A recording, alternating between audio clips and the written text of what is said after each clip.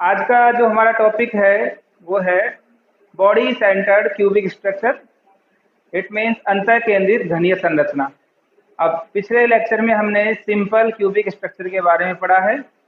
आज next part है body centred cubic structure. पहला जो डायग्राम है वो इसकी एकक कोशिका को व्यक्त कर रहा है। अब एकक कोशिका में क्या होगा, इस संरचना में 8 कोनों पर 8 परमाणु उपस्थित होंगे। 1 2 3 4 5 6 7 और एक पीछे के फलक पर 8 परमाणु होंगे। लेकिन सिंपल क्यूबिक और इस संरचना में फर्क क्या है कि इसके बॉडी के अंदर एक परमाणु अतिरिक्त रूप से स्थित होगा, इसलिए इसे क्या कह रहे हैं, अंतः केंद्रित घनीय संरचना। इसको अगर और आपको समझाने के लिए, माना ये कोई घनीय संरचना है।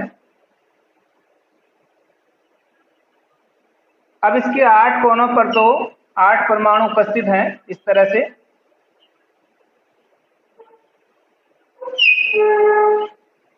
लेकिन इसके बॉडी के अंदर एक परमाणु और उपस्थित होगा। अब ये परमाणु इन सभी परमाणुओं के संपर्क में होगा या इनसे स्पर्श करता हुआ उपस्थित है। और सबसे इंपॉर्टेंट बात कि घनीय संरचना में ये जो परमाणु थे कोनों पर स्थित, ये एक दूसरे को स्पर्श कर रहे थे। लेकिन इस संरचना में कोने वाले परमाणु एक दूसरे को स्पर्श नहीं करेंगे। तो ये तो हुई एकक कोशिका की बात। इस एकक कोशिका से इस संरचना की समन्वय संख्या या कोऑर्डिनेशन नंबर का मान भी निकाल सकते हैं, क्योंकि ये परमाणु कितने निकटतम परमाणुओं के साथ स्थित है, 8 परमाणुओं के साथ। तो जो कोऑर्डिनेशन नंबर होगा या समन्वय संख्या वो कितनी हो जाएगी इस कोशिका के लिए, 8। ठीक है, ये इसकी एक इंपॉर्टेंट प्रॉपर्टी है। इसी डायग्राम को दूसरे व्यू में देखते हैं। तो ये पहला परमाणु है इस कोने पर। आप इसको अगर पूरा बनाना चाहें तो इस तरह से बनेगा। ये बॉडी के अंदर जो परमाणु है वो वाला है, और ये दूसरे कोने पर स्थित परमाणु। तो हम क्या देख रहे हैं कि इस एकक कोशिका का यदि जालक नियतांक स्मॉल a है तो सभी मान स्मॉल a होंगे। तो हमें क्या है, जालक नियतांक का मान ज्ञात करना है। उसके लिए इस डायग्राम को देखिए। DA मान भी क्या है आपका, A है। AE मान भी क्या है आपका, स्मॉल a। और EF मान भी क्या होगा, स्मॉल a होगा। तो ये जो डिस्टेंस है आपकी D से लेकर F तक, ये क्या होगी, इस परमाणु की त्रिज्या स्मॉल r, इस परमाणु का व्यास हो जाएगा 2r, और इस परमाणु की त्रिज्या हो जाएगी स्मॉल r। यहां भी देख सकते हैं हम, small r plus 2r plus r, so it will B 4r। तो टोटल डिस्टेंस df कितनी हो जाएगी, 4r। तो इस कैलकुलेशन से हमें क्या निकालना है, स्मॉल a या जालक नियतांक का मान ज्ञात करना है। तो वो कैसे ज्ञात करेंगे,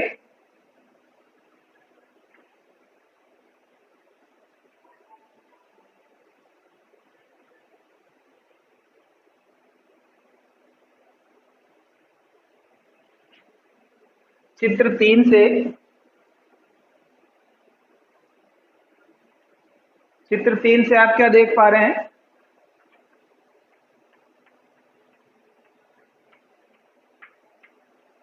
कि जो df का मान होगा, df स्क्वायर,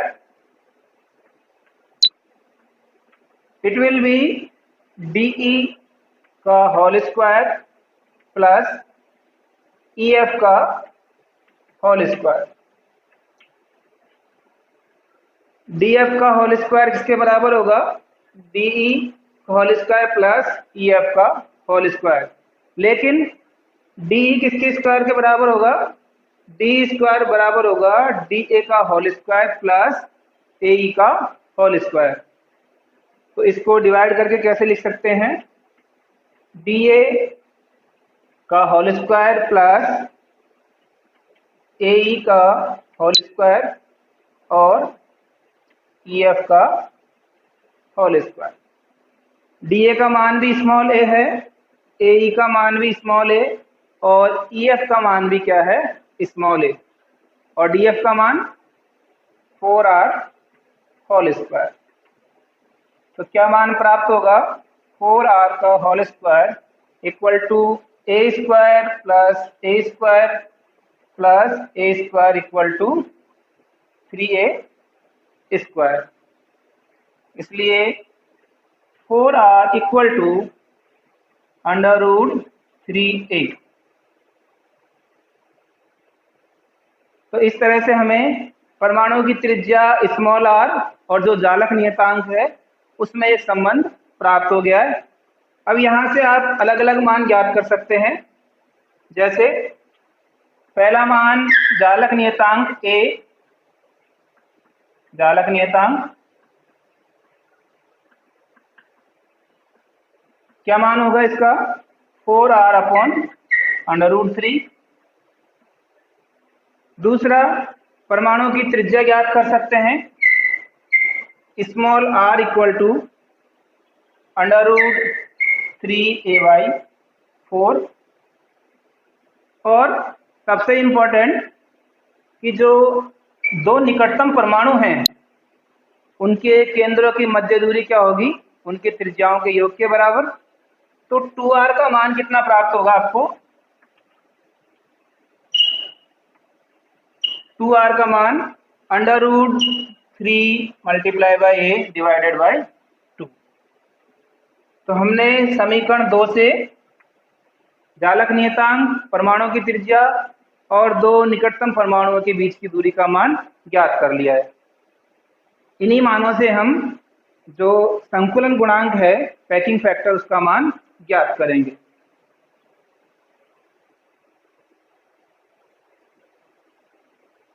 संकुलन गुणांक का मान ज्ञात करने से पहले आपको एकक कोष्ठिका का मान ज्ञात होना चाहिए और एकक कोष्ठिका में कितने परमाणु हैं उनका मान ज्ञात होना चाहिए।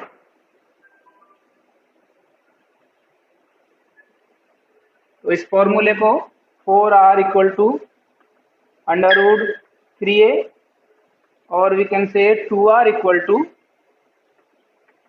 अंडर रूट 3a/2, ये हमने लिख ली है।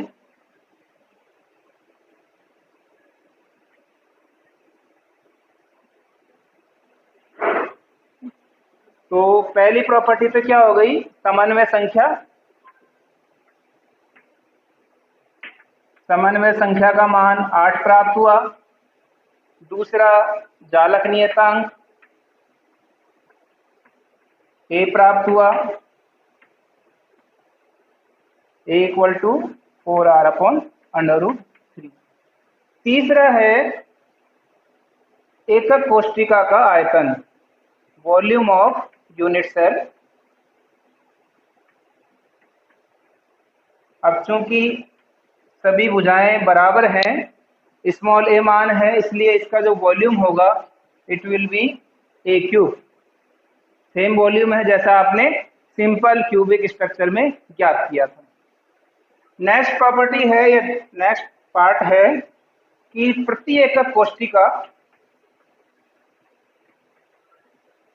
प्रति एकक कोष्ठिका परमाणुओं की संख्या, एटम पर यूनिट सेल, परमाणुओं की संख्या। अब इस पे आप ध्यान दीजिए, इसमें क्या है, कोनों पर 8 परमाणु हैं, लेकिन जो एक परमाणु है, जैसे हम संरचना बनाए, ये कोई संरचना है, 1 2 3 4 5 6 7 और 8। अब ये जो कोनों पर उपस्थित परमाणु हैं, तो किसी एक परमाणु को देखें तो ये निकट की 8 कोष्ठिकाओं में पार्टिसिपेट कर रहा है, और तो इस कोष्ठिका में इसका योगदान कितना होगा, 1/8। ये हम पहले भी पढ़ चुके हैं। तो टोटल कितने परमाणु हैं, 8 परमाणु, तो उनका योगदान कितना हो जाएगा, 8 मल्टीप्लाई बाई 18 और साथ में इस कोष्टिका में अंदर एक परमाणु है और उसका योगदान इस पूरी कोष्टिका के लिए 1 होगा, इसलिए 1 मल्टीप्लाई बाई 1, तो इट विल बी 2। तो क्या देख रहे हैं हम, इस एकक कोष्टिका के लिए जो परमाणुओं की संख्या प्रति एकक कोष्टिका है कितनी पाई जा रही है, 2 पाई जा रही है, जबकि सिंपल क्यूबिक संरचना में कितने परमाणु थे, 1 परमाणु था। अब परमाणुओं की संख्या ज्ञात हो गई आपको, तो आप क्या निकालोगे, परमाणुओं का आयतन, प्रति एकक कोष्टिका परमाणुओं का आयतन।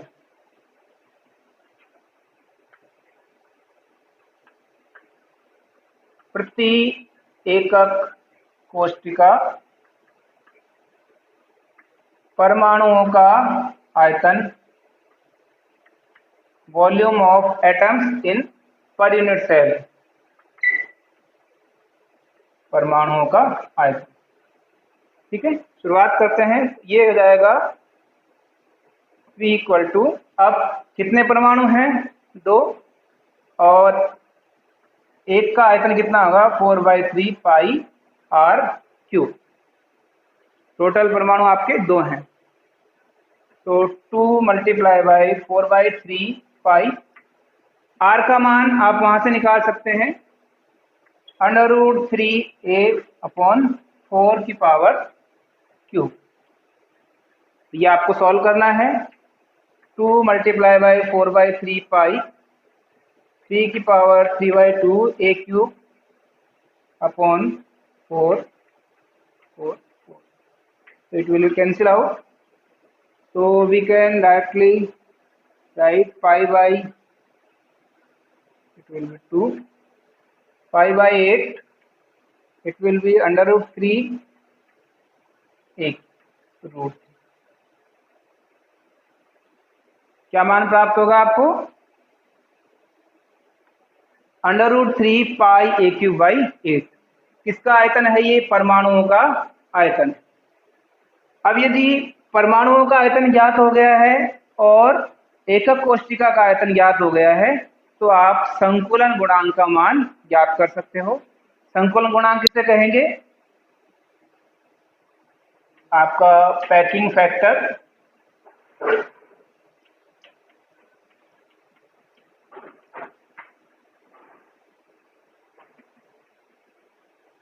प्रति एकक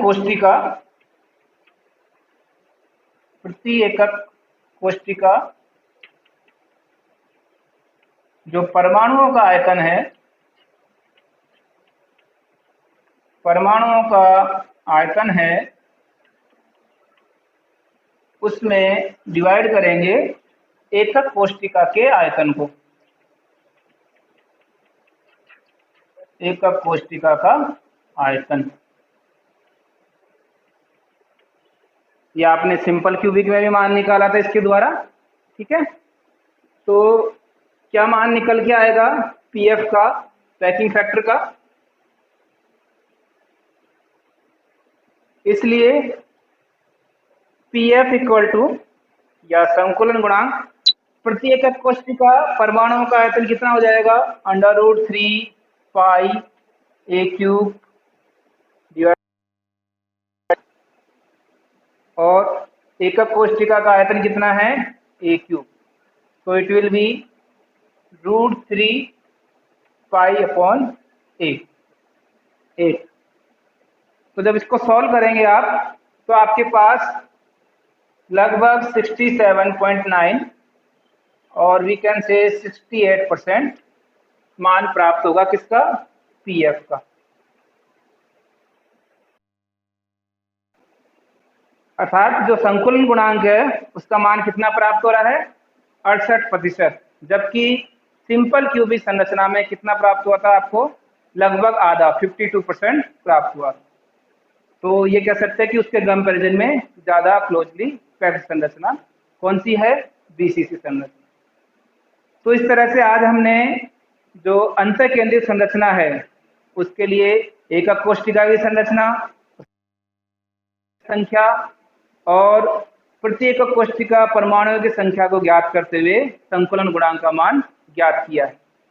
अगले वीडियो में हम इसी प्रकार की अन्य संरचनाओं का अध्ययन करेंगे। धन्यवाद।